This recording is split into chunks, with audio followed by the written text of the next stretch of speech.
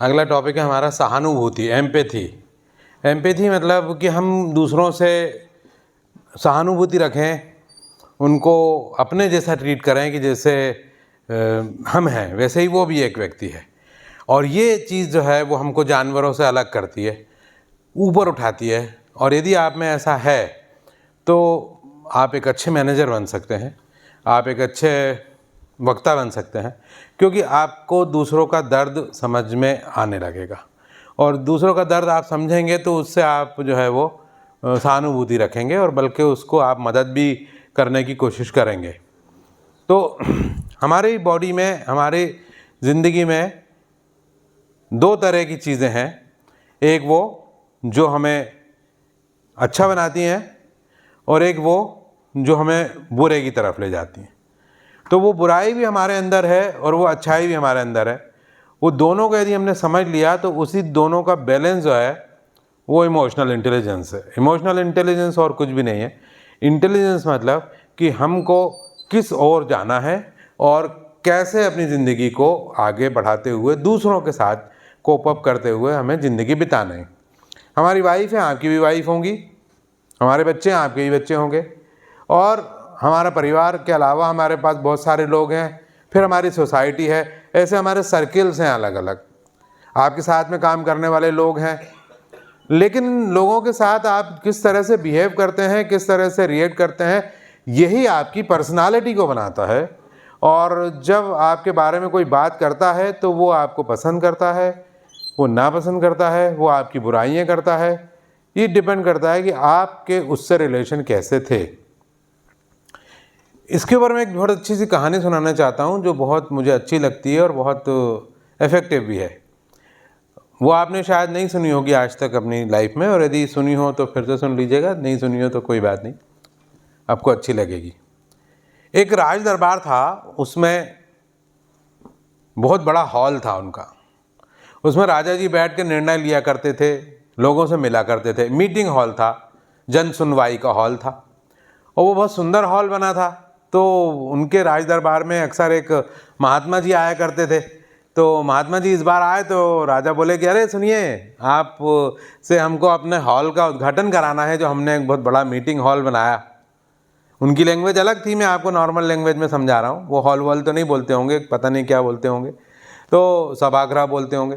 तो महाराज जी खुश हो गए, बोले चलिए। सब लोग आए, मीटिंग हॉल में आए, सब इकट्ठे हुए, हार वार फूल लाए, तालियां बजी और उसका अनावरण करा। तो जो महाराज जी थे वो कहने लगे, बाद बहुत अच्छा हॉल बनाया है आपने, बिल्कुल डोम बनाया है। पहले के टाइम माइक नहीं होता था, तो आवाज़ गूंजने के लिए डोम का यूज़ किया जाता था, जिससे माइक का इको का साउंड आता था और वो दूर बैठे लोगों तक भी आवाज़ जाती थी। तो उन्होंने कहा बहुत अच्छा बनाया है डोम, और ये बहुत बढ़िया है, बहुत सुंदर है। महाराज ने कहा लेकिन एक थोड़ी सी कमी है, इतना अच्छा हॉल बनाया आपने, ये जो आपकी दीवार है इसके ऊपर, आप यहाँ बैठते हैं, इसके ऊपर एक ईश्वर का चित्र होना चाहिए, ईश्वर का चित्र। तो उसने कहा कि महाराज ने कहा हाँ होना तो चाहिए, आप सही कह रहे हैं, लेकिन मैं ये समझता हूँ वो ईश्वर का चित्र नहीं जो हम जनरली देखते हैं, जो प्रोजेक्टेड है। बोले फिर वो होना चाहिए जिसको देख के हमें लगे कि अरे यही ईश्वर है। बोले अच्छा ठीक है। महाराज की बात सुनने के बाद राजा ने पूरे राज्य में ढिंढोरा पिटवा दिया कि कोई भी चित्रकार एक ऐसा चित्र बनाए कि जिसको देख के लगे कि इसे ईश्वर कहते हैं, जिसके पैरों के पढ़ने का मन कर जाए, जिसको देख के लगे कि इससे नजरें नहीं हट रही। ऐसा चित्र बनाए जो मंत्र मुग्ध कर दे। तो सब लोग, सारे लोग आ गए। बोले जो बना के जमा करेगा उसको 10 अशर्फी मिलेंगी, जो भी चित्रकार बना के चित्र जमा करेगा उसको 10 अशर्फी मिलेंगी सोने की। लेकिन उन सारे लोगों में जिनने बनाया है उनमें फिर हम जज करेंगे कि कौन प्रथम आया, और जो प्रथम आया उसका चित्र यहाँ लगेगा और उसको 1000 अशर्फी मिलेंगी, 1000 सोने की अशर्फी। उस समय महाराजाओं के पास बहुत पैसा हुआ करता था और वो इस तरह के गेम और इस तरह के पैसे बहुत बांटा करते थे। तो महाराज ने कह दिया 1000 अशर्फी। वो सब लोग खुश हो गए, अरे वाह 1000 अशर्फी, मतलब हम अपनी पूरी ज़िंदगी मेहनत करें तो 1 अशर्फी नहीं खरीद सकते, 1000 अशर्फी की बात कर रहे हैं, और फिर 10 अशर्फी तो मिलेगी मिलेगी। महाराज कह रहे हैं वो तुम कागज़ लोगे, जो तुम कलर लोगे, रंग वंग सब करोगे, इतनी मेहनत करोगे, तो चलो भाई अप्लाई तो सभी करते हैं क्योंकि 10 तो मिलना ही मिलना। सब लोग बड़े जोर शोर से अपना अपना चित्र बनाने लगे, कोई कुछ भगवान, कोई कुछ भगवान, कोई इसका कोई उसका, न जाने अपने अपने तरीके से सब बनाने लगे। उनके गांव में बहुत थोड़ा दूर पे एक गांव था, वहाँ एक लड़का रहता था यंग, बहुत अच्छा चित्रकार, सुना था कि वो बहुत अच्छा चित्रकार है। उसके गांव में भी लोगों ने उससे कहा, अरे तू क्यों नहीं बनाता, यहाँ बैठा हुआ है, महाराज का मालूम नहीं तेरे को, 10 अशर्फी तो मिलेगी चित्र जमा करने पे, चित्र बना। तो उसने कहा कि बना लेंगे, अभी तो टाइम है, 1 महीने का टाइम है, बना देंगे, मैं भी सोच रहा हूँ बनाऊँ। अरे सोच रहा हूँ क्या, बनाना चाहिए पागल, तू भी अजीब आदमी यार, जब जमा कर देगा तो वैसी 10 मिलेगी, हो सकता है तेरा कोई भरोसा नहीं था तेरा चित्र, तू बनाता है इतना अच्छा, सिलेक्ट हो जाए तो सोच 1000 अशर्फी। उन्होंने कहा ठीक है बनाता हूँ। अब वो सोच में पड़ गया बनाऊँ क्या, उसने जब तक भगवान जैसा कुछ दिखेगा नहीं मैं बनाऊँगा नहीं। वो घूमता रहा, सोचता रहा, कागज़ वागज सब ले लिया, रंग ले लिया, हाथ में सारी ब्रश व्रश लेके घूमता रहा। अचानक से उसे जंगल में एक गडरिया मिला, बकरियां चराने वाला, और वो बकरियां चरा रहा, धूल दूसरे धो रहा, लेकिन इतना सुंदर दिख रहा वो देखने में। भगवान नहीं था वो, था तो इंसान ही, लेकिन वो लग रहा ऐसा कि जैसे कृष्ण भगवान होते तो ऐसे ही होते। उसने कहा भाई ऐसा है, सुन तू इधर आ, मैं तुझसे ये कहना चाहता हूँ कि मैं तेरा एक चित्र बनाना चाहता हूँ। राजा मेरे को जो है वो बोले हैं कि चित्र अच्छा सा बना के जमा कर दो, यदि तेरा चित्र पसंद आ गया तो मुझे 1000 अशर्फी मिलेगी और मैं 500 अशर्फी तेरे को दूंगा, लेकिन नहीं आया पसंद तो मैं तुझे कुछ नहीं दे पाऊंगा। तो वो बोला कि 500 अशर्फी कितनी होती भाई, अरे कितनी होती से तेरे को क्या करना, तू तो रख लेना बस, तो मुझे क्या करना होगा, कुछ नहीं, तू तो रोज आता ना बकरी चराना, हाँ तो तू बस एक जगह पे एक चट्टान पे यहाँ एक ही पोज बना के बैठना रोज, 5-6 दिन में मैं तेरा चित्र पूरा कर दूंगा बस। बोले हम तो यहाँ वैसे ही बैठे रहते हैं, हमारी बकरी को हम थोड़ी चराते हैं, वो तो अपने आप चरती हैं। हाँ तो ठीक है अपने आप चरती हैं, तू अब हमको इजाज़त दे रहा है कि नहीं, अब तुम बना लो, हम तुम्हें 500 अशर्फी देंगे, अब 500 हमें नहीं चाहिए, तुम बना रहे तो बना लो। अरे हम तुम्हें चाहिए हो चाहे नहीं चाहिए, हम तो दे के जाएंगे तुम्हें, जीत तो जान दो पहले हमें, तुम तो बस यहाँ बैठ जाया कर आगे, ठीक है भैया बैठ जाएंगे, तुम हमें कुछ बात हो रहा हो तो तुम बना लो, गांव की लैंग्वेज में बोला वैसे ही। अब वो बैठ गया जैसा उसने बोला, अब वो चित्र बनने लगा साहब, 1 दिन 2 दिन 3 दिन 4 दिन 8-10 दिन की सिटिंग के बाद वो चित्र बन के तैयार। गांव वालों को चित्र दिखाया तो सब लोग बोले अरे बाप रे कितना सुंदर लग रहा, उधर से देखो सूरज की रोशनी आ रही, सूरज उग रहा, और इधर कितनी सारी बकरियां, उधर वो लड़का बैठा हुआ, उसके हाथ में बांसुरी, कृष्ण भगवान भी तो ऐसे ही थे, तेरा चित्र तो यकीनन पास हो जाएगा। सब बड़े गांव वाले खुश हो गए, चित्र को फोल्ड करा, जमा करने गए, जब जमा करा तो 10 अशर्फी सबको मिली, अरे बड़े खुश, उन्होंने तो सभी 10 अशर्फी देखी भी नहीं थी कभी, तो भी उन्होंने कहा चलो अब जीते चाहे नहीं जीते 10 तो मिल ही गई। अब सबकी वो हुआ, सिलेक्शन के लिए टाइम आया, सब चित्र निकाले गए, ये वाला दिखाओ ये वाला दिखाओ, जैसे ही लड़के का चित्र खोला गया, अरे बाप रे वाह ये किसने बनाया भाई, इससे तो नजरें ही नहीं हट रही, ये अलग रखो जरा इसको, महाराज जी ने कहा इसको अलग रख लो, बाकी भी देख लें अपन, सब देख के रिजेक्ट हो गए, वही चित्र जो है वो सिलेक्ट कर लिए। महाराज ने कहा इसको फ्रेम कराओ, यहाँ लगाओ बड़ा सा, और ये किसने बनाया उसको बुलाओ, हम उस दिन महाराज को भी बुलाएंगे, उसको भी बुलाओ, उसको 1000 अशर्फी देंगे, सारे गांव का भोजन कराएंगे, सारे गांव राज्य के सारे लोग आ गए, खूब बड़ा फंक्शन हुआ और उसमें उस लड़के को भी बुलाया, तुमने बनाया, अरे वाह बहुत बढ़िया, चलो भाई इसको फ्रेम करके लगाओ, तुम्हारे लाओ इनके लिए अशर्फियाँ लेके। अब एक डब्बे में बड़ी अशर्फी उनको दान की गई, बहुत अच्छी।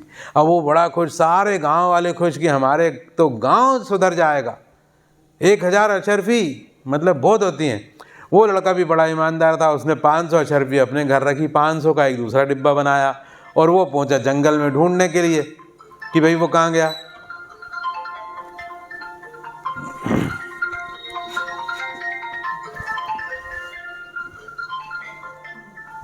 सर आप उधर बैठे हैं, उधर जो रिकॉर्डिंग हो रही है उसमें है, लाइट जल रही है उसकी, इसकी वाली जैसी हरी जल रही है ना, हाँ उसमें देखना सेकंड आगे बढ़ रहा हूँ ना, वो बंद हो जाए तो मुझे बता देना, है थोड़ी देर में आप देख लीजिएगा। तो वो 500 अशर्फी लेके गया और उस बच्चे को ढूंढा उसने, लड़के को, कि वो कहाँ है। वो मिल गया। उसने कहा, अरे सुन, अवन जीत गए, 1000 अशर्फी मुझे मिल गई। उसने कहा, तुम ही रख लो, हम क्या करेंगे। अरे नहीं, पागल है क्या, ये ले 500 अशर्फी। अरे मैं इतनी सारी अशर्फी, उनने पोटली में बांध के अशर्फी दी। वो लड़का कहने लगा, वो समझ ही नहीं आ रहा क्या बोले, लेके चला गया अपने घर। वो भी अपने घर चला गया, बड़ा प्रसन्न, पूरा राज्य खुश, क्योंकि उस गांव के लोग इसलिए भी खुश कि हमारे गांव का चित्र जो है वो पसंद आया राजा के दरबार में, सबका सम्मान हुआ, सब पूरा गांव वाला खुश हो गए, सारे लोग खुश हो गए। और इस तरह से वो चित्र वहाँ लग गया। वो जो महात्मा थे वो भी खुश हो गए कि चलो बहुत अच्छा चित्र लग गया। ध्यान से सुनिएगा, ये एक डिबेट हुई थी, उसके बारे में भी मैं अपन जोड़ के बताएंगे कि उसका क्या रिलेशन इस कहानी से। Does God exist. तो वो गॉड का ही तो चित्र था, वो लग गया। अब वो जब लग गया, 1-2 दिन गुजर गए, कई महीने गुजर गए, साल भर गुजर गए, महाराज चले गए। दूसरी बार जब महाराज आए तो महाराज ने कहा, अच्छा लगा है चित्र, बहुत बड़ी, तुम्हारा ये चित्र देखने का मेरा मन होता रहता है चाहे जब, तो इसीलिए मैं इस बार खास तौर पे तुम्हारा चित्र देखने, निहारने आया। कितना सुंदर चित्र है। लेकिन एक बात और बोलूँ। बोले, हाँ बताइए महाराज। देखिए, यहाँ तो आपने लगा दिए ईश्वर, लेकिन आपको एक और चित्र लगाना चाहिए उसके अपोजिट, दूसरी दीवार पे, सामने की दीवार पे। बोले क्या? वो राक्षस का चित्र लगाना चाहिए, थोड़ा सा राक्षस जैसा दिखे, क्योंकि हमारे मन में दोनों चीज़ें हैं। हमारे मन में ईश्वर भी है और हमारे देवता भी है, और हमारे मन में राक्षस भी हैं। राक्षसी प्रवृत्ति के भी कुछ लोग होते हैं, वो अपनी राक्षसी प्रवृत्ति को डेवलप कर लेते हैं और ईश्वरीय प्रवृत्ति खत्म हो जाती है। तो हम ये बताना चाहते हैं कि ईश्वरीय प्रवृत्ति को डेवलप करो, राक्षस प्रवृत्ति को खत्म करो। लेकिन है सब में है। इसलिए तो कुछ क्रिमिनल भी हो जाते हैं लोग। क्रिमिनल कोई पैदा थोड़ी होता है, हो जाता है जिंदगी में ऐसी कुछ घटनाएं घटती हैं। तो अब महाराज ने कहा कि दोबारा से ढिंडोरा पिटवा जाए। ध्यान से सुनिएगा, दोबारा ढिंडोरा पिटा गया, दोबारा सबको बोला गया कि फिर से चित्र बनना है, लेकिन इस बार ईश्वर का चित्र नहीं बनना, बल्कि इस बार आपको एक राक्षस, या क्या कहेंगे उसको, ईश्वर का उल्टा, डेविल। हाँ, डेविल का बनना है, या ये बनना है, वो बनना है, ऐसा कुछ बता दिया, समझा दिया कि उससे लगे कि हाँ भाई ये ईश्वर है और ये राक्षस है, हमारे मन के अंदर का रावण है, राक्षस है। तो राम की महत्ता भी तभी है जब रावण है, और हर कहानी में एक राक्षस होता ही है। तो जब ही तो भगवान का रूप नज़र आता है कि भगवान कौन है। तो उसने कहा ये बात सही है। फिर से बोला गया, फिर से सब लोगों ने चित्र के लिए तैयारी करी। फिर से राजा ने कहा कि 1000 अशर्फी की मैं घोषणा करता हूँ। और सुनो, वो जो लड़का था ना जिसने ये चित्र बनाया, उसको भी जरा बोलना कि ये बनाना है तेरे को, महाराज ने बोला है खास तौर पे। अब वो लड़का बड़ा परेशान कि यार अब तो महाराज ने मेरा नाम ले दिया है, और महाराज ने बोला है कि बनाना है, यार मैं कहाँ से लाऊं यार, अब कौन ऐसा होगा जिसको मैं ढूंढूं। और वो ज़माना गुजर गया, काफ़ी टाइम हो गया, 10 साल गुजर गए उस बात को जब हमने वो चित्र बनाया था। तब मैं भी काफ़ी यंग था, मेरी भी शादी, बच्चे हो गए, सब गृहस्थी जीवन हो गए, 10 साल गुजर गए। अब मैं कहाँ से ढूंढूं? ढूंढता रहा। उसने कहा अब ये जो है ना खेती खलियान में नहीं मिलेगा, वो तो कोई जेल में जाना पड़ेगा, कोर्ट कचहरी में जाना पड़ेगा, काल कोठरी में जाना पड़ेगा। तो काल कोठरियों को उसने जाने शुरू करा, उसमें कैदियों से मिला। एक कोठरी में एक कैदी मिला जिसके इतने बड़े बड़े बाल, काला हो रहा हो बिल्कुल, आंखें उसकी बाहर निकली हुई लाल, और वो जैसे कई महीनों से नहाया ही नहीं। उसके बारे में पूछा ये कौन है? बोले ये इसको छोड़ दीजिए, आप इसका मत बनाइए। बोले क्यों? बोले इसको तो 3 दिन बाद फांसी होने वाली है, हार्डकोर क्रिमिनल है ये, इसने न जाने कितनी हत्याएं कर दी। बोले अरे कब फांसी है इसको? 3 दिन बाद। तो भाई ऐसा है, रुको मैं इसकी फांसी रुकवाता हूँ। अब लड़के को जानते तो सब थे, वो तो हीरो बन गया था, 10 साल पहले का हीरो भी हीरो ही होता है। वो महाराज जी के पास गया दरबार में अगले दिन, महाराज जी आपसे एक निवेदन है, वो चित्र में बनाने की तैयारी कर रहा। हाँ चित्र का तो अभी 1 महीना बचा है। जी महाराज 1 महीना तो बचा है, लेकिन मुझे एक आदमी मिला जिसका मैं चित्र बनाना चाहता हूँ, लेकिन एक मजबूरी है कि उसको 3 दिन बाद फांसी की सज़ा हो। तो क्या आप उसकी फांसी की सज़ा 1 महीना बढ़ा सकते हैं? महाराज बोले देखिए वैसे तो ये कानून व्यवस्था है, लेकिन मैं कह रहे हो तुम, तो मैं उसकी सज़ा 10 दिन बढ़ा देता हूँ, 10 दिन में तो मना लो। बोले हाँ ठीक है, 10 दिन बढ़ा दी। और महाराज ने उसकी सज़ा 10 दिन आगे कर दी। उसने आके बताया कि सुनो 3 दिन में तुम नहीं मर रहे, अब तुम्हें 10 दिन की मोहलत दिलवा दी मैंने। उसने कहा उससे फ़र्क क्या पड़ेगा, मैं आज मरूं चाहे 3 दिन बाद मरूं चाहे 10 दिन, अरे फ़र्क ये पड़ेगा, हमारा तो चित्र बन जाएगा ना, तो उससे मुझे क्या। अरे सोच पागल, यदि चित्र जीत गया तो 1000 अशर्फी मिलेगी और 500 अशर्फी मैं तुझे दूंगा। बोले मैं अब उस अशर्फी का क्या करूँगा, ना मेरा घर बचा, ना बाहर बचा, ना कोई बचा, और मुझे तो अब 3 दिन बाद क्या 10 दिन बाद मरने। अरे तू कुछ करे, कैदियों में बांट, कुछ भी करे, गरीबों में बांट, हम तो तुझे दे जाएंगे, लेकिन जीतेंगे जब। बस आप ऐसे ही बैठे रहना जैसे बैठे हो। उसने कहा मैं तो ऐसे ही बैठा रहता हूँ यहाँ। बस वो एक ही पोज में बैठ गया और उसने चित्र बनाना शुरू करा, बनाते बनाते धीरे धीरे धीरे करके 8 दिन 10 दिन बाद उसका चित्र कंप्लीट हो गया, रेडी हो गया, और वो चित्र बन के तैयार। अब उसने उसको फोल्ड करा और लेके गया। महाराज लोगों ने पूछा, गांव वालों ने जैसे ही देखा तो सब दंग रह जाए देख के कि अरे बाप रे, ये तो बड़ा खतरनाक लग रहा है, तेरा चित्र जीत जाएगा। अब उसका दूसरे चरण में पूरी की पूरी वही प्रक्रिया हुई, सारे चित्र खोल के देखेगा, अल्टीमेटली यही चित्र फाइनल हुआ। राजा ने कहा इसी को हम चिपकाएंगे उधर फ्रेम करके दूसरी तरफ लगा दिया गया। और महाराज जी आए, उनको भी दिखाया गया कि देखो महाराज जी। महाराज जी बोले अरे वाह। और महाराज जी आश्चर्यजनक बात यह है कि उसी लड़के ने बनाया जिसने 10 साल पहले ये वाला बनाया था। हैं, बहुत अच्छा चित्रकार है भाई, बहुत ही बढ़िया, बहुत ही अच्छा। उसको 10,000 अशर्फी देनी है, आज आपके हाथ से दिलवाते हैं। उसको बुलाया गया, 1000 अशर्फी दी गई। उसने कहा लाई बहुत अच्छे से, और उसने लेके आधी 500 अपने घर पे रखी और आधी लेके कहाँ गया, काल कोठरी में, कैदी के पास, जेल में। और वो कैदी के पास जाके बोला लो भाई तुम्हारी है अशर्फी। वो कैदी हंसने लगा, कहने लगा कि आज दिन पूरे हो गए, 10 दिन तुमने बढ़वाए थे, कल सुबह सुबह मुझे फांसी होनी है और तुम ये 500 अशर्फियाँ मुझे दे के जा रहे हो, मैं करूँगा क्या। तुम कुछ भी करो, हम बड़ी ईमानदारी से तुम्हें एक बात कह रहे हैं, हमने तुमसे कहा था कि हम 500 अशर्फी तुम्हें देंगे, तो हम तुम्हें 500 अशर्फी दे रहे हैं। अब तुम कैदी में बांटो, जो तुम्हें करना करो, तुम्हारे मरने के बाद कौन लेगा हमें मतलब नहीं, हम जाते हैं, ठीक है। नमस्कार करके वो चल दिए। वो जा ही रहा था, इतने में वो कैदी बुला रहे, सुनो जी महाराज इधर आओ जरा, तुमने हमें ये जो 1000 अशर्फी दी, ये तो बताते जाओ, इसका मैं करूँगा क्या। बोले नहीं, गलत समझ रहे हैं आप, मैंने आपको 1000 नहीं दी, मैंने आपको 500 दी। 500 मैं नहीं रखूँगा, 1000 आपको कैसे दे दूँगा। 500 मैंने रख ली, 500 आपको दे रहा हूँ, 1000 क्यों दूंगा मैं आपको। नहीं तुम समझे नहीं। बोले क्या नहीं समझे। याद 10 साल पहले तुम आए थे, मैं बकरी चराता था और तुमने मेरा एक चित्र बनाया था नदी के किनारे, और तब तुमने मुझे 500 अशर्फी दी थी। आज इतने साल बाद तुम मुझे मिले और तुमने मेरा दूसरा चित्र बनाया और तुमने मुझे आज भी 500 अशर्फी दी, तो 1000 नहीं हुई। ओ माय गॉड, वो आप ही हो, ये क्या हो गया। 10 साल में आप यहाँ कैसे पहुँच गए। अब वो छोड़ो, वो तो जीवन का चक्र है, अलग अलग घटनाएं घटती हैं। मेरे साथ कुछ ऐसी घटना घट गई कि मुझे यहाँ तक आना पड़ा, वो तो आश्चर्यजनक।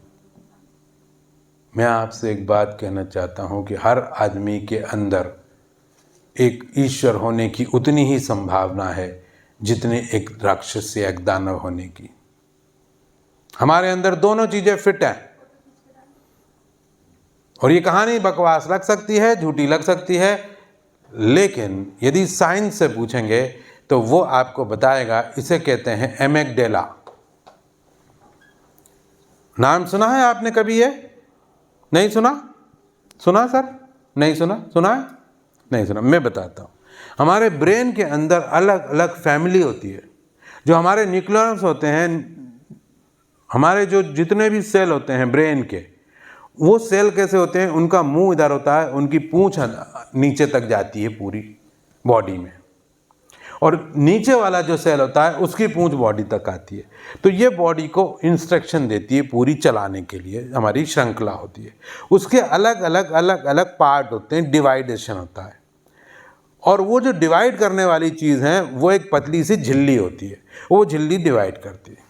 जैसे आपने अनार खाया होगा, तो अनार जब आप तोड़ेंगे और उसको काटेंगे तो आप देखेंगे कुछ दाने इधर है और कुछ के बीच में ऐसी एक झिल्ली, देखिए कभी झिल्ली होती है, वो दूसरा चेंबर बना, इधर तीसरा चेंबर बना, इधर चौथा चेंबर बना। ऐसे हमारी माइंड में भी सेम अनार के जैसे चेंबर्स बने अलग अलग, जिसको अलग अलग नाम देते हैं।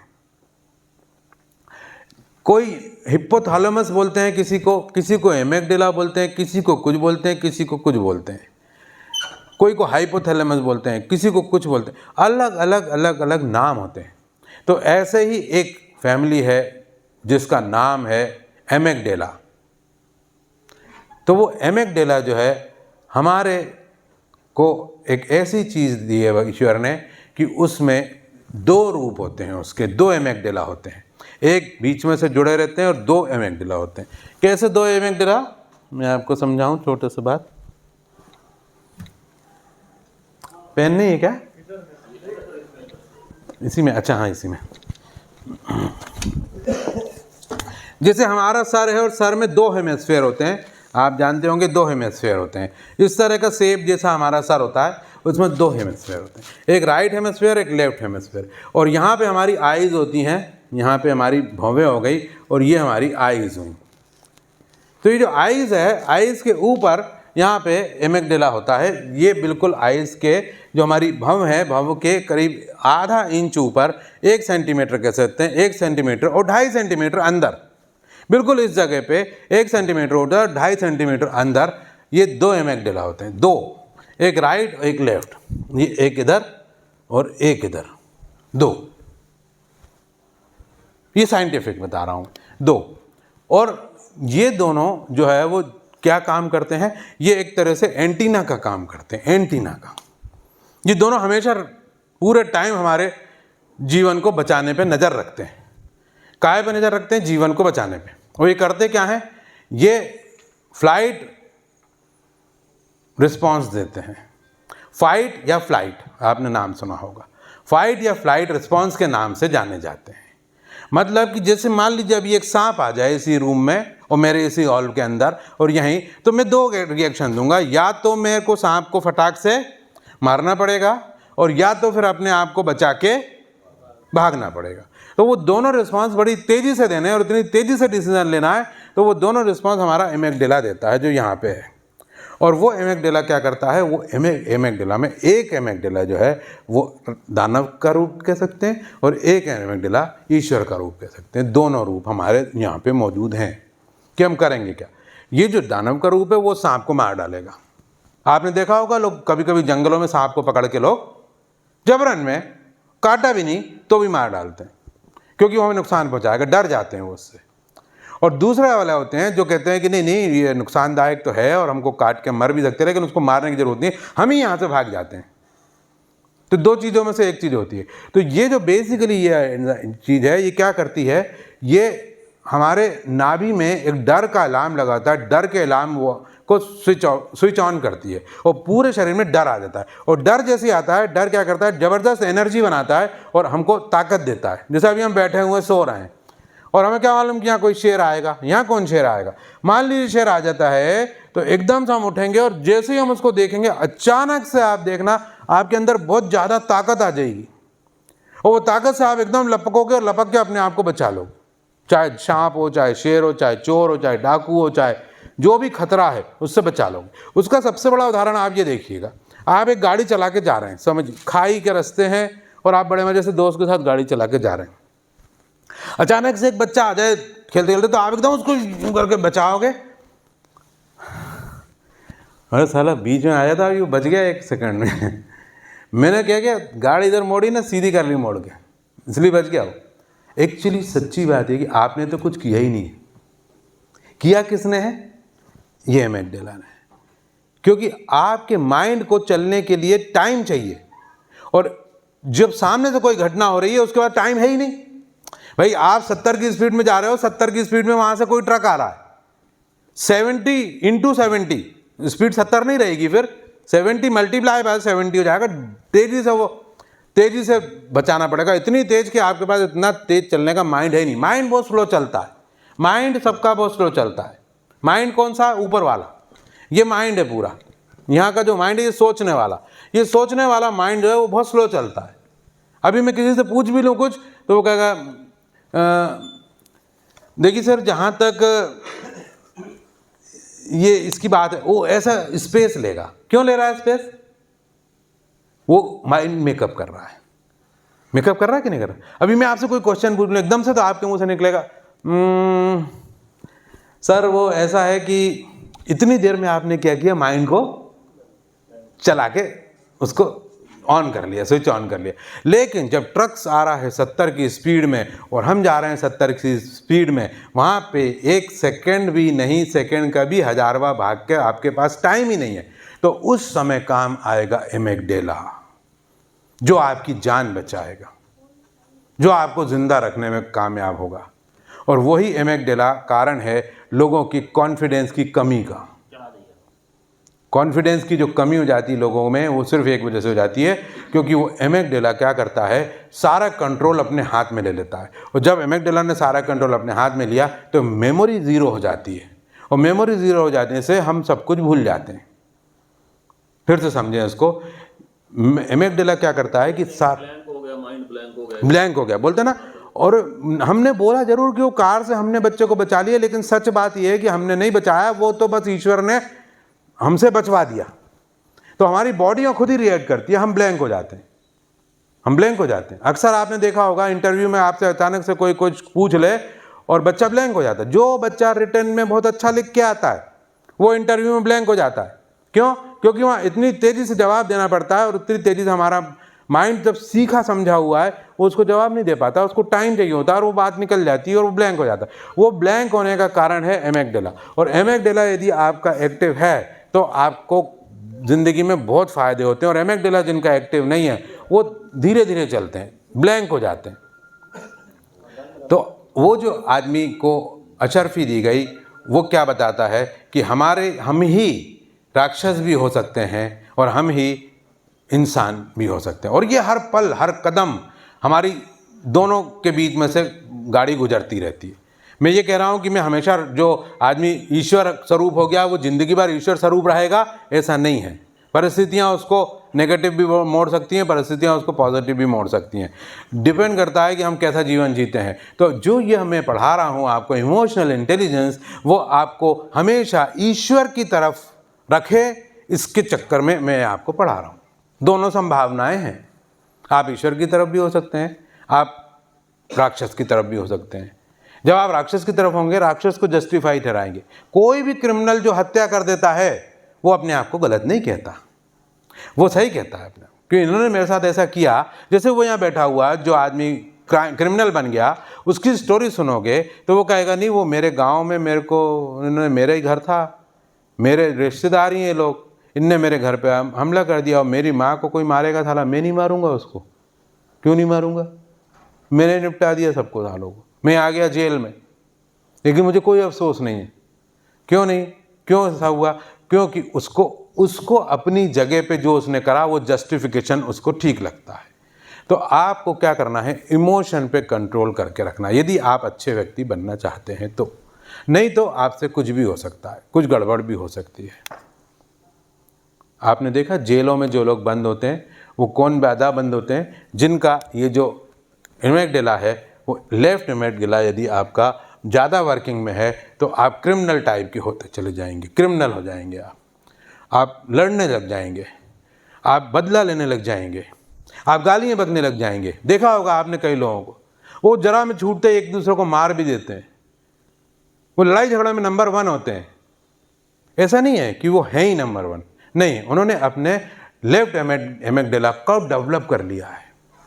अब हम उनको क्या करेंगे? उनको जेल में बंद करने से ठीक नहीं होंगे, हमें प्रवृत्ति ऐसी है कि एक क्रिमिनल हो गया, उसको जेल में बंद कर दो तो हमको क्या लगता है ठीक हो जाएगा, नहीं।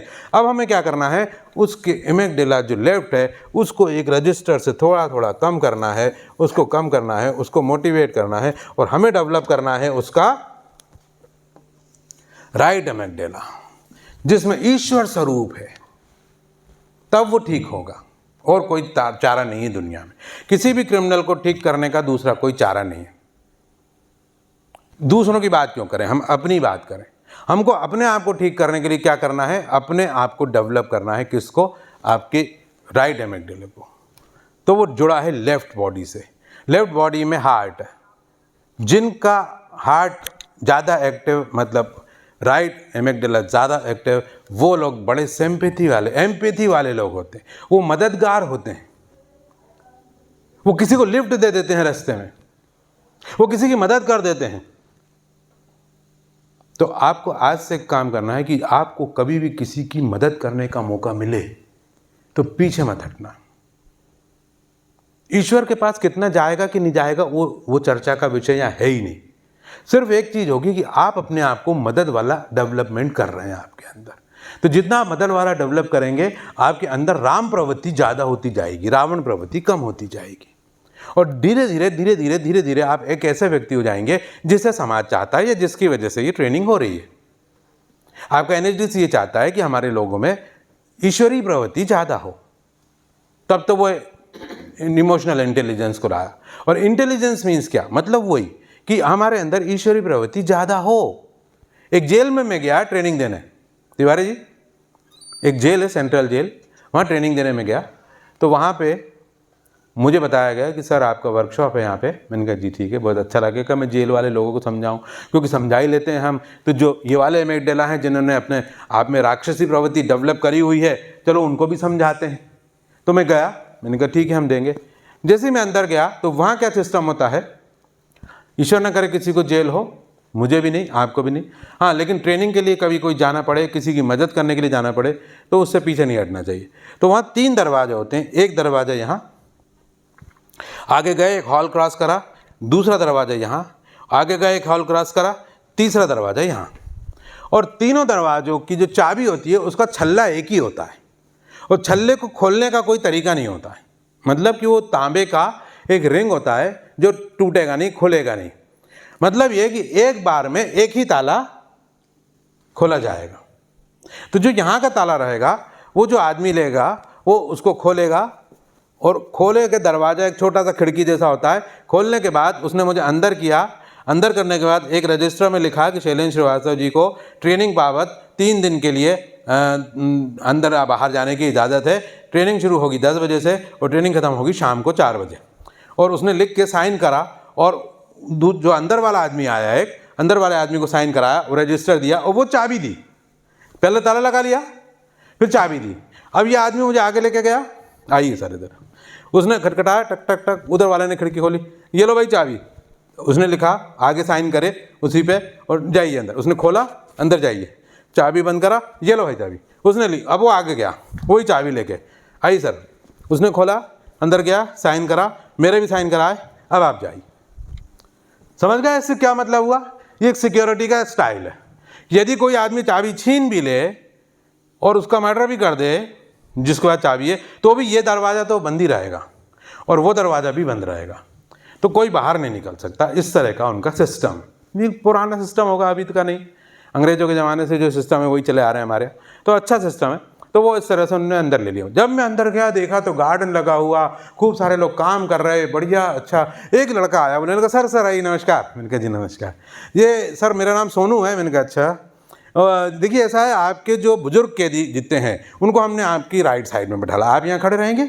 ऐसा हॉल है पूरा, ये राइट साइड में बुजुर्ग कैदी रहेंगे और लेफ्ट साइड में वो कैदी रहेंगे जो आप छूटने ही वाले हैं। सर इन पे ज़्यादा कॉन्सेंट्रेट करना है अपने को, क्योंकि ये बाहर जाने ही वाले हैं सर। तो आपका जो मोटिवेशन है वो इनके लिए ज़्यादा जरूरी रहेगा, इसलिए मैंने इनको पास में बैठाला है। और मैंने कहा वो दूर, वो सर हार्डकोर क्रिमिनल है, उनको तो अभी जाना नहीं है, और वो जाएंगे भी तो साले वापस आ जाते हैं उनसे वो समझने वाले नहीं है सर, उनको थोड़ा दूर ही बैठने दो, आप उनसे दूर ही रहो आप। तो मैंने कहा जी सर ठीक। अरे सोनू जी, हाँ जी।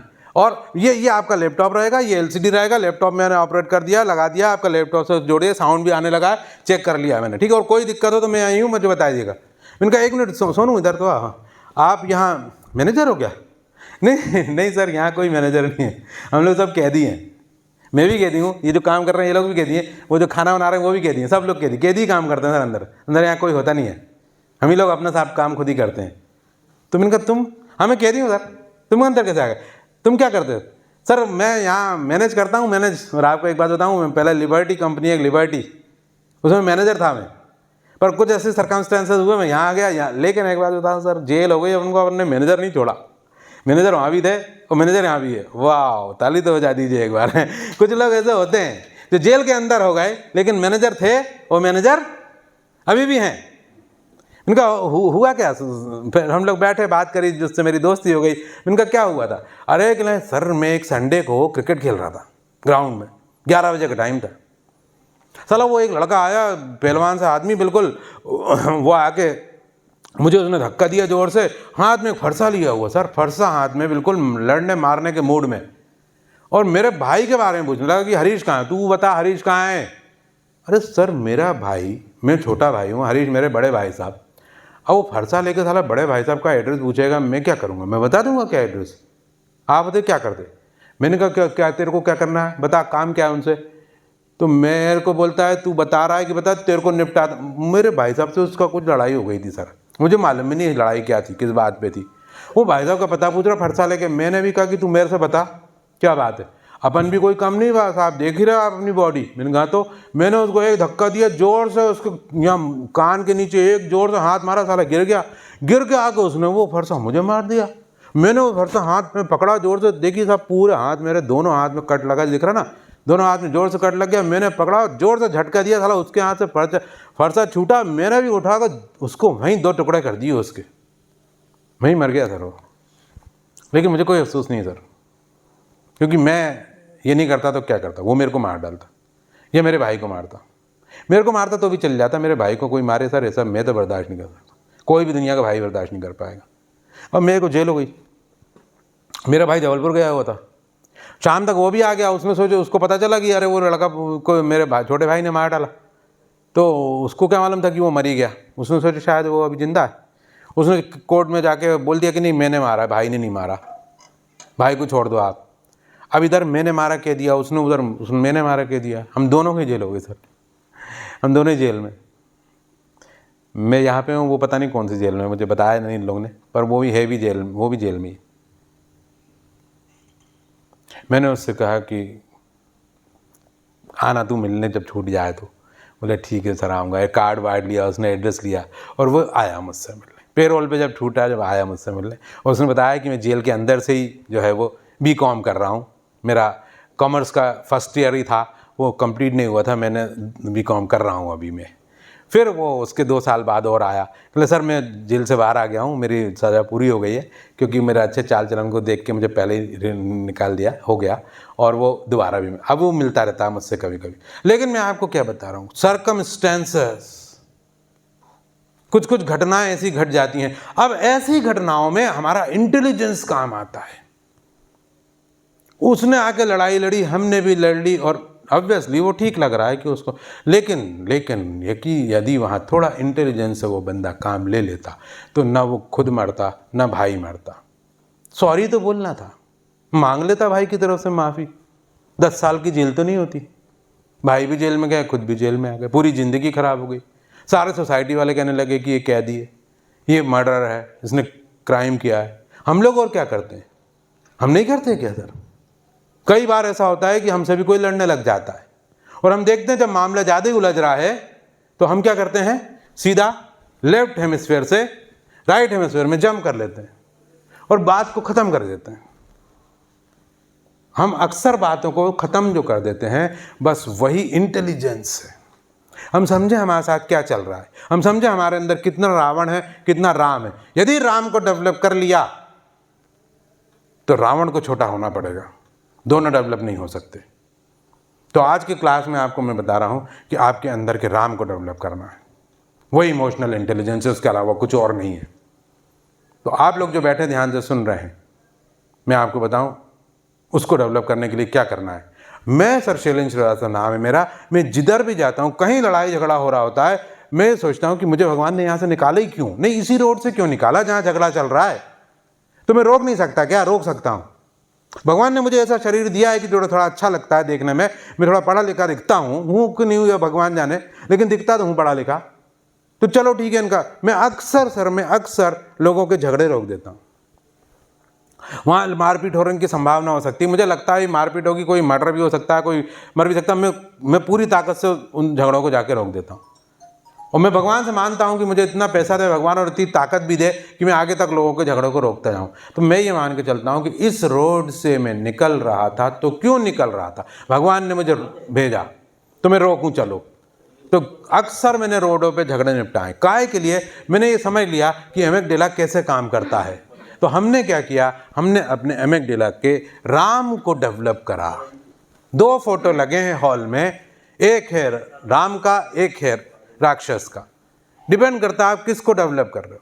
यदि आपको कोई ऐसा बंदा मिलता है जो गालियाँ बकता है, जो अग्रेसिव है, जो लड़ाई झगड़े करता है, जो गलत हरकतें करता है, सिंपैथी रखो उससे, सिंपैथी रखो। उसको समझाना है हमें, उसको ठीक करना है, उसको जेल में बंद नहीं करना है, उस पर काम करना है, उसकी काउंसलिंग करना है और उसको समझाना है। जब हम काउंसलिंग करेंगे, उसकी डाइट बदलेंगे, उसको समझाएंगे, उसका माहौल बदलेंगे।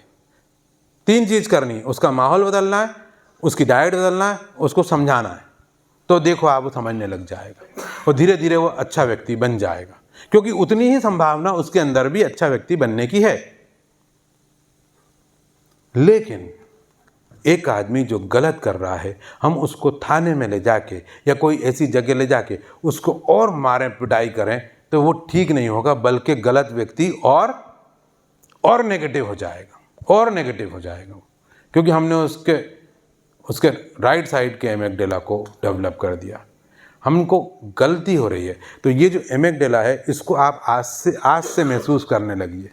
ये आपको कब महसूस होगा? जैसे छोटी छोटी चीज़ों में हो जाएगा। एक प्रयोग करिएगा, जैसे कि आप पैंट पहन रहे हैं और आप पैंट में आपने पैर डाला और जैसे ही पैर डाला और अचानक से आपका बैलेंस बिगड़ गया और आप गिरे, तो जैसे ही आप गिरने लगेंगे उस पल आप एकदम से एक्टिव हो जाएंगे और पूरी बॉडी एक्टिव होकर सामने की चीज़ को पकड़ लेगी। होता है, नहीं होता कि नहीं होता? वहाँ क्या हुआ कि बॉडी का मतलब पहला इंटेंशन क्या है? आपकी जान बचाना। और जान बचाने के लिए 2 एंटीना भगवान ने दिए हुए सामने। ये एंटीना कैसे हैं? जैसे कि आपने डॉक्टर का स्टेथोस्कोप देखा है, बीच में एक रहता है, जुड़े रहते हैं वो, और आगे 2 उसमें ऐसे वो निकले रहते हैं, क्या? कान में लगाने वाले। तो वो कान में लगा के हमारी हार्ट बीट का साउंड सुनता है। तो ऐसे ही वो ये 2 हमारे एंटीना यहाँ पे भगवान ने सामने दिए हुए हैं। ये अक्सर और अक्सर हमारी ज़िंदगी बचाने का काम करते हैं और हमें अच्छे रास्ते पे लाने का काम करते हैं, लेकिन हमारे को बुरे रास्ते पे लाने पे भी यही जिम्मेदार होते हैं।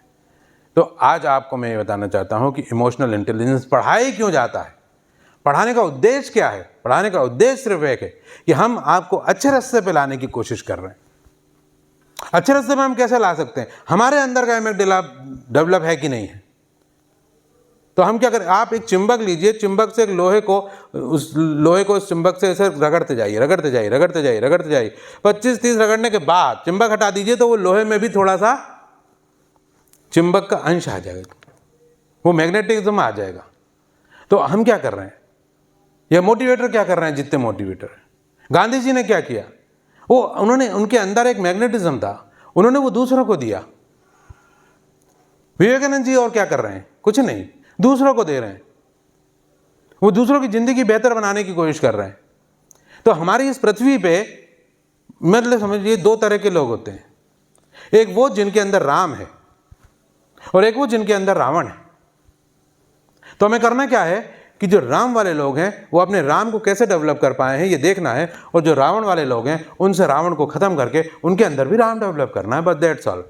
यही एजुकेशन सिस्टम कह सकते हैं आप इसको, यही संस्कार कह सकते हैं आप इसको। हम इसको एमेगडाला नाम देते हैं या इमोशनल इंटेलिजेंस कहते हैं।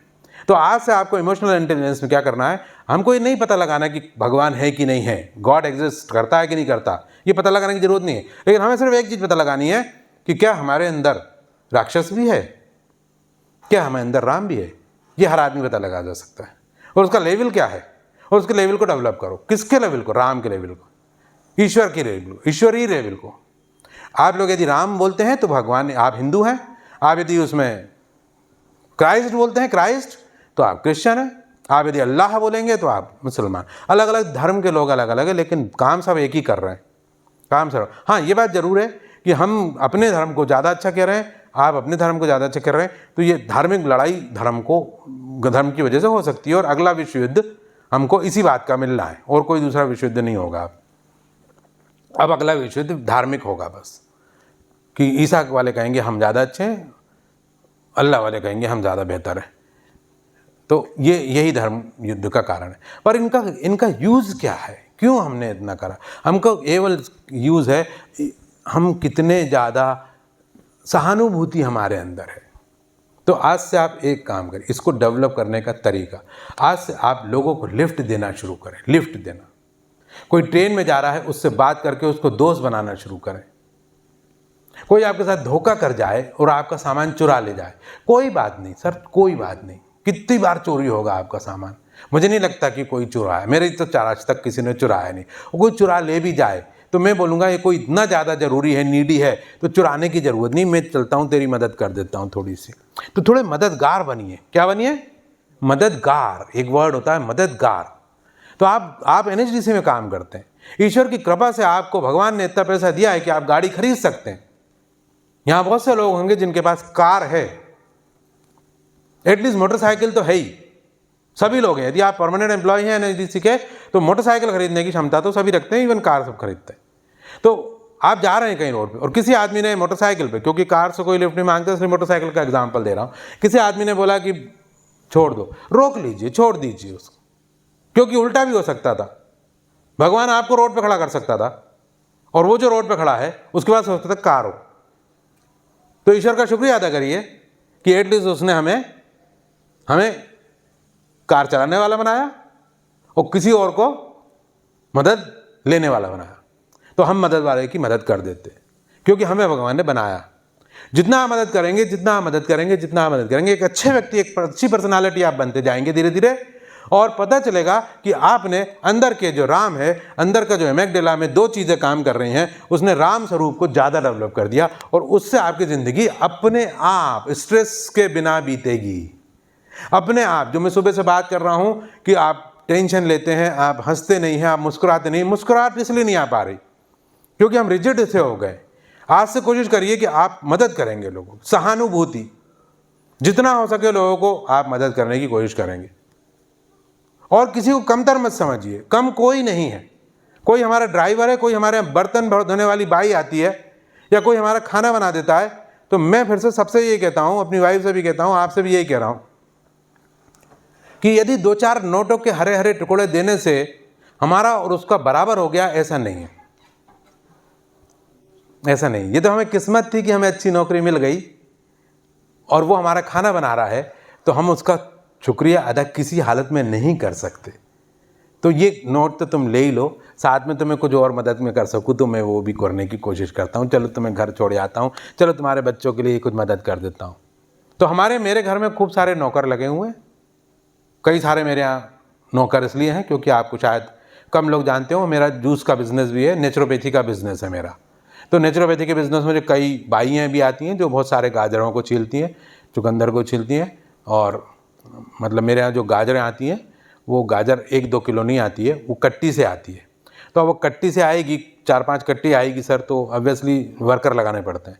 लेकिन आप मेरे घर आके देखिए, कभी मेरे वर्कर से मिलिए। मैं हमेशा कोशिश करता हूँ हर वर्कर को, कभी मैं मानता ही नहीं हूँ कि तू वर्कर और मैं काम करने वाला। हम लोग खूब मज़ा करते हैं, हम लोग खूब मज़े से जीते हैं। सुबह सुबह वो लोग आते हैं, 4 बजे मेरे आते हैं जूस बनाने के लिए। मैं सबको चाय पिलाता हूँ बना के, खुद ही बना के। वो लोग जूस बनाते हैं, मुझे मालूम है कि वो जूस बनाएंगे, लोगों के लिए जूस बनाते हैं, लेकिन वो खुद जूस नहीं पीते क्योंकि वो डिलीवरी बॉय है। डिलीवरी बॉय टाइप के लोग जो है वो जूस वूस नहीं पीते, वो लोग क्या पीते हैं? चाय पीते हैं। तो मैं उनके लिए चाय बनाता हूँ और बड़ी बढ़िया चाय बनाता हूँ और उनके मजाक भी बहुत करता हूँ। और मुझसे कोई बोलता है कि सर वो मेरा पेमेंट डाल दीजिए। जैसे ही उसने कहा, वो मेरा मोबाइल रखा है, मैं आपको दिखाता नहीं, उधर रखा हुआ, जैसे ही उसने मुझसे कहा कि पेमेंट डाल दीजिए, मैं पेमेंट डाल देता हूँ। 1 मिनट भी नहीं लगाता, मुझे मालूम, क्योंकि मैं उनको अपना बनाना चाहता हूँ, क्योंकि वो मेरे हैंड्स हैं, मेरे परिवार के लोग हैं वो। तो मेरी भाई हो, चाहे मेरे यहाँ लड़के हों, चाहे, आपको करना सिर्फ इतना सा है कि आपका कोई काम कर रहा है तो आपको भी उससे 4 गुना ज़्यादा सिंपैथी रखनी चाहिए। तो इतना सी तो करना है। आज उसकी वजह से मेरा एक बिजनेस खड़ा हो गया बहुत अच्छा। आज जो है वो मेरे काम, जो लड़का काम करता है वो कभी छोड़ के जाता नहीं है, वो जाता ही नहीं छोड़ के। वो तभी छोड़ता है जब उसको उससे अच्छी नौकरी मिल जाए। मेरे जितने कर रहा है उससे ज़्यादा कहीं मिलने लगे तो वेल एंड गुड भाई, जा, अच्छी बात है। क्योंकि हर आदमी को मैं नहीं चाहता कि वो डिलीवरी बॉय बना रहे, उसको अच्छी जगह मिले काम, बहुत अच्छी जगह मिले, मिलना भी चाहिए। लेकिन यदि नहीं मिल रहा है तो मेरे यहाँ तो तू एटलीस्ट लगा ही रहेगा। कभी कभी उनकी गाड़ी खराब हो जाती है, मैं अपनी कार से उनके घर जाता हूँ, उसको गाड़ी में, कार में बिठाता हूँ, कार से लेकर अपने घर आता हूँ, अपनी एक्टिवा उसको देता हूँ कि जा तू लेके जा। कभी कभी वो ठंड ज़्यादा पड़ रही है तो मैं सबको बता देता हूँ, देखो भैया सुनो, मरने की ज़रूरत नहीं है। हम लोग जूस बांटने जा रहे हैं, एक एक लड़का 60-60 जूस बांटता है, एक एक लड़का 70-80 किलोमीटर गाड़ी चलाता है। धीरे चलाना है, तेज़ नहीं चलाना है। कोई बोलता है कि नहीं साहब लेट हो गए, 8:30 बज गया, हम जूस नहीं ले रहे, उसको बोल दो इस जूस को फेंक दो आप, उसका पेमेंट आप नहीं करना, नहीं करेंगे, अपन नहीं जोड़ेंगे उनका पेमेंट, लेकिन अपनी जान थोड़ी दे देंगे। आराम से आओ तुम लोग, ठंड बहुत ज़्यादा पड़ रही है, लेकिन आ जाओ। वो ग्लव्स चाहिए, ग्लव्स खरीद लो, मेरे को बताओ कितने रुपए के ग्लव्स आए, मैं दे देता हूँ। जैकेट चाहिए, जैकेट खरीद लो तुम्हें, उसका बिल मुझे भेज देना, मैं दे देता हूँ। मतलब इतना हम करें और कुछ ज़्यादा भी करना है।